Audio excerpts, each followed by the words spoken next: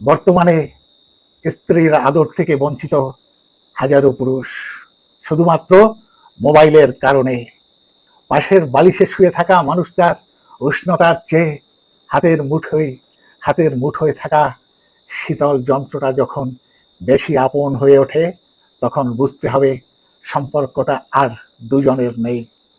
হাজারো পুরুষ আজ স্ত্রীর আদর থেকে বঞ্চিত, কারণ তাদের এবং তাদের স্ত্রীর মাঝখানে এখন এক অদৃশ্য দেয়াল তুলে দিয়েছে ছোট্ট একটি যন্ত্র, স্মার্টফোন। এই দেয়াল কাচের মতো হচ্ছে, কিন্তু ইস্পাতের মতো কঠিন। একটু ভাবুন তো সেই দৃশ্যটা, স্বামী সারাদিনের খাটুনির পর বাড়ি ফিরেছে একটু শান্তি আর ভালোবাসার খোঁজে।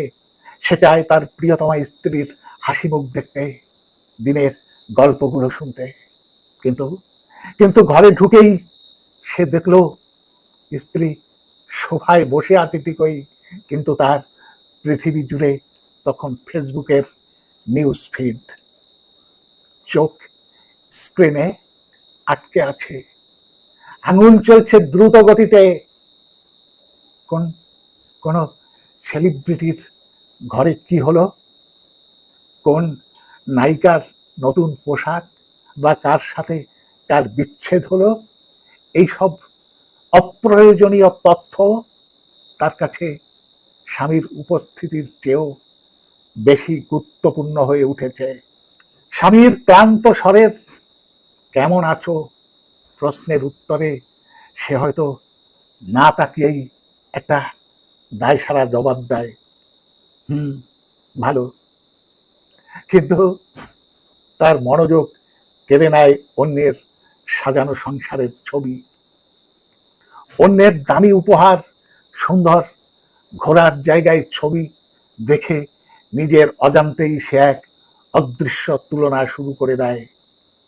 তার মনে হতে থাকে, আমার জীবনে তো এসব নেই। এই ভার্চুয়াল জগতের রঙিন মিথ্যার সাথে নিজের সাদামাটা বাস্তবের তুলনা করতে গিয়ে তার ভেতর জন্মায় এক চাপা অসন্তোষ আর হতাশা। এই হতাশার আগুনই পরে ঝগড়ায় রূপ নেয়।